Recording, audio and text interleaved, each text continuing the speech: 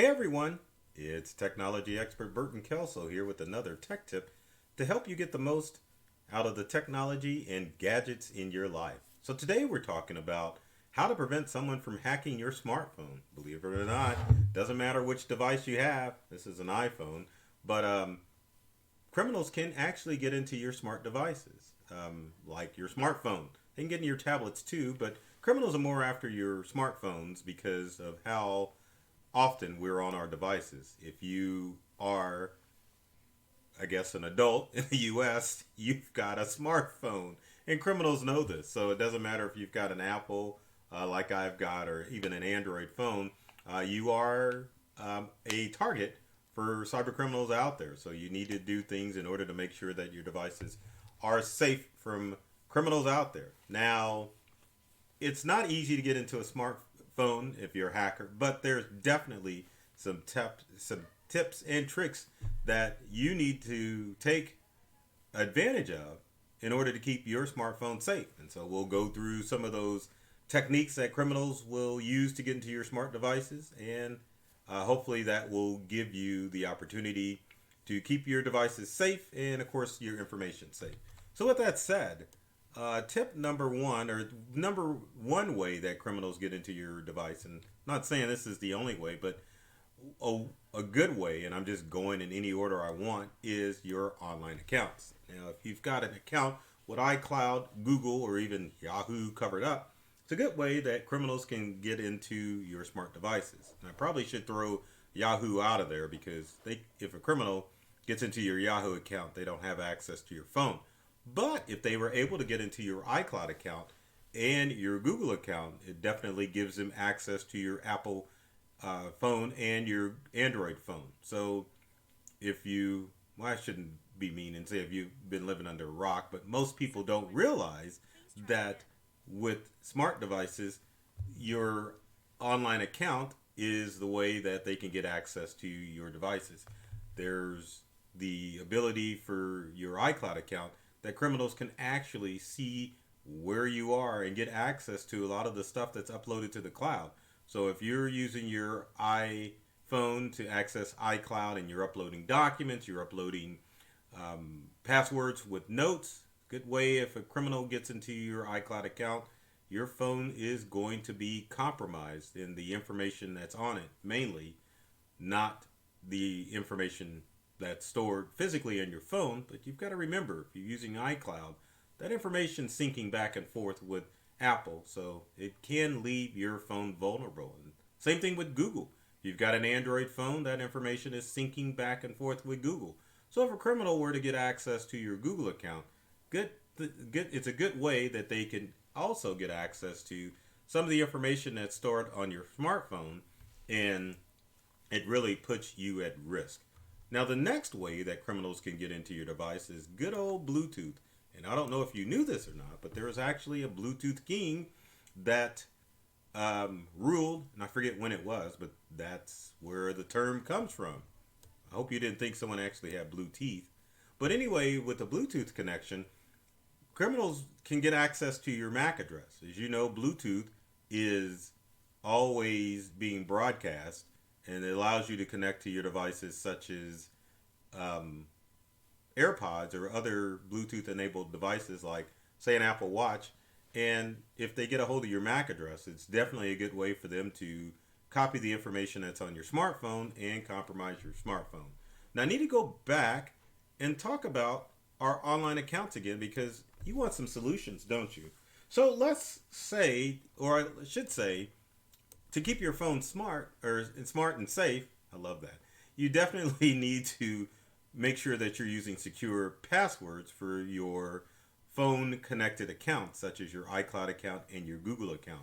Another step that you can take is to use passphrases for your web-based accounts as opposed to the old tired passwords. Now, passphrases are two separate words that you can use to set up an account.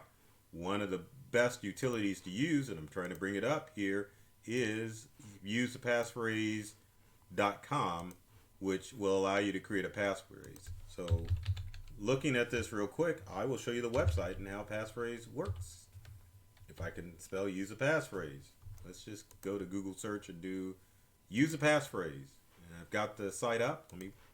Let me allow you to see it. So anyway, there's use a passphrase. There's an example of a passphrase.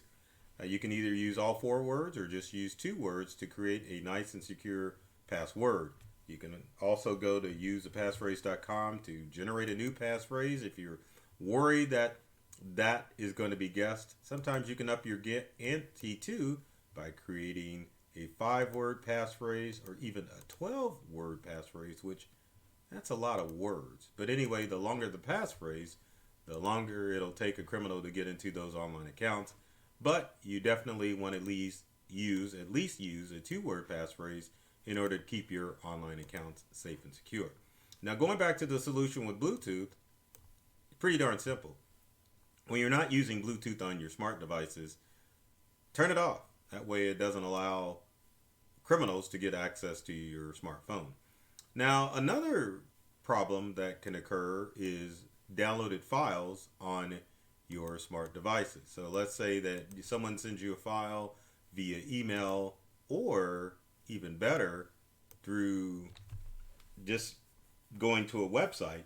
Those downloads can definitely cause problems on your smartphone. So fake PDF files criminals will make, fake JPEG or picture files criminals will make in the hopes that you will be curious to see what is in that file, and it will make you click on it because most of these things are socially engineered, designed to trick you. Once you click on a downloaded file, like a bogus PDF or a JPEG, you definitely will get your phone infected, which could install keyloggers and other malicious things on your phone that will allow criminals to get access to your phone. Then the next problem, as far as your phone being hacked, is what's called stalkerware. Now, stalkerware has really picked up in recent months and years because you've got malicious people that want to keep track of you, stalk you online, but also it's just the software has just become a problem with maybe parents, spouses, and other people wanting to keep track of your location, but also criminals can kind of get your personal information and use stalkerware to find out where you are. Now, how do you know that your smartphone has stalkerware on it? Well, if your phone is running hot, it could be a battery or it could be stalkerware in the background that's feeding your phone's personal information to a criminal or a stalker on the web.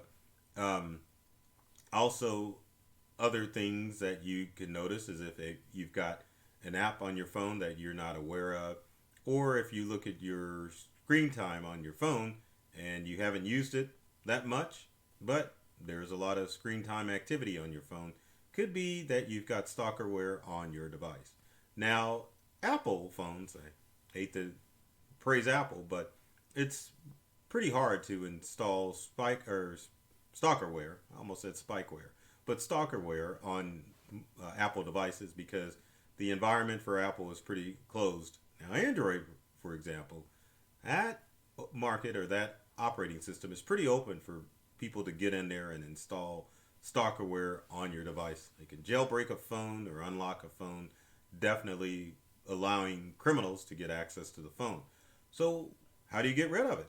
Well, you can reset your phone to factory defaults to wipe the settings on it, but in a lot of instances, if it's a pretty bad infection, you may just have to get rid of the old phone and get a new one. But in most circumstances, if you reset your phone to factory defaults and wipe it, it definitely will reduce the amount of junk on your phone, and then also it will eliminate any malicious programs that you may have that are tracking you from your phone.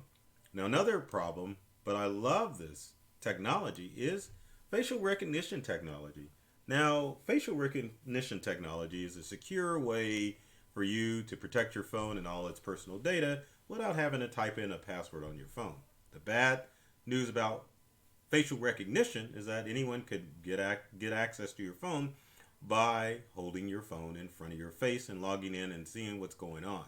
Now, there was a case recently where a boyfriend or a friend got a hold of a female friend's phone, used her facial recognition technology to get into her phone, and stole a lot of money with online accounts. Now, to prevent stalkerware, or not stalkerware, I'm going backwards. Facial recognition, you definitely can turn off facial recognition on your phone and go back to the old school PIN number way. If you keep your phone fairly close to you and you don't have any malicious people around you, facial recognition is good, but if you travel or maybe you have a problem with a stalker, you should probably change to a PIN code as opposed to using facial recognition software on your phone. Because one of the things that you have to remember when it comes to criminals is that sometimes the criminals in your life are the ones closest to you. So you should be aware if there's new friends or people that are taking an interest in you and maybe they're starting to snoop. Make sure that you stay cognizant of that and turn off facial recognition, at least for the duration of that period, or just go to a PIN number and you really don't have to worry about anything at all. Another way that criminals can get access to your devices is by apps that you download from the App Store. Now, again, Apple is a little bit secure in this aspect because they do a decent job scanning all the apps that are on your smartphone. But Android, for the Android Play Store, did I get that right? Yeah, I think so. But the Play Store will definitely allow most apps to be uploaded to their site. All it takes is for you to download one malicious app on your smartphone and it starts sending your information to cyber criminals, local and abroad, and it will definitely cause your phone to be compromised. Another way, and we just talked about this briefly, but would be someone gets access to your PIN number to your phone. Someone shoulder surfs, they steal your phone, they log into your phone, and they've got access to all of your information, meaning your phone is hacked. Now, one of the best ways to prevent this type of hacking with your smartphone, again, is wiping it. But let's say you lose your phone and someone enters your PIN, both Android and Apple have the ability to remotely wipe your device if it is stolen from you. So keep an eye on those thieves. Enable Find My Device for both Android and Apple phones to ensure that if you lose your phone, criminals won't be able to get access to your information. Another way that criminals can get access to your stuff is by the old SIM card scam. Now, SIM card scam happens when criminals get access to your smartphone number. What they'll do is they'll gather more information about you on the dark web, such as your phone number, address, any personal information that they could use to trick your cellular provider into transferring your phone information to a different phone that is added to your account. Once a criminal has committed SIM card fraud, then it's easy for them to access your information because the information on your SIM card goes to their phone. They will have access to emails, your banking information. Even if you try to do the two-factor authentication, if you think you've been hacked, they will get the notification as opposed to it showing to your phone. So it's really a dangerous thing to have the SIM card information swapped from your phone to another phone. To prevent this, you definitely want to make sure that you don't give out your cell phone number, only to close family and friends. For all personal interactions via a cell phone, you could download WhatsApp or use Google Voice as your public number. So that way, if criminals look it up, they'll know that the number goes to a Google app, not necessarily your cell phone. Now, Google Voice definitely allows you to receive calls on your smartphone as well as WhatsApp. So you can still use your phone, but the number that people will see on the internet will be your Google Voice number as opposed to any other number out there. So with that said, beware of all the various scams that are going on pertaining to your smartphone, because criminals know more people are using their smartphones to do all sorts of stuff, and they are actively trying to get into your devices. So protect your number. Make sure you're watching out for malicious apps on the Google Play Store and the Apple Store, and also make sure that in the real world you are protecting your smartphone so that it doesn't rung up, or your information doesn't end up in the wrong hands. So with that said, if you've got comments or questions about how to protect your smartphone from being hacked, leave them in the comment section below. Would love to answer any questions that you might have about having a hacked cell phone or getting your cell phone hacked. As always, with every video, I implore you that if you enjoyed this video or thought it sucked, be sure to share it with your friends or like this post. And if you're watching this on YouTube, be sure to hit the bell and the subscribe button so that anytime that I release tech tips that you will get alerted. So, I love technology. I've read all the manuals and I'm serious about making technology fun and easy to use for everyone. So take care of yourself and do many things to make you smile. And thanks for watching.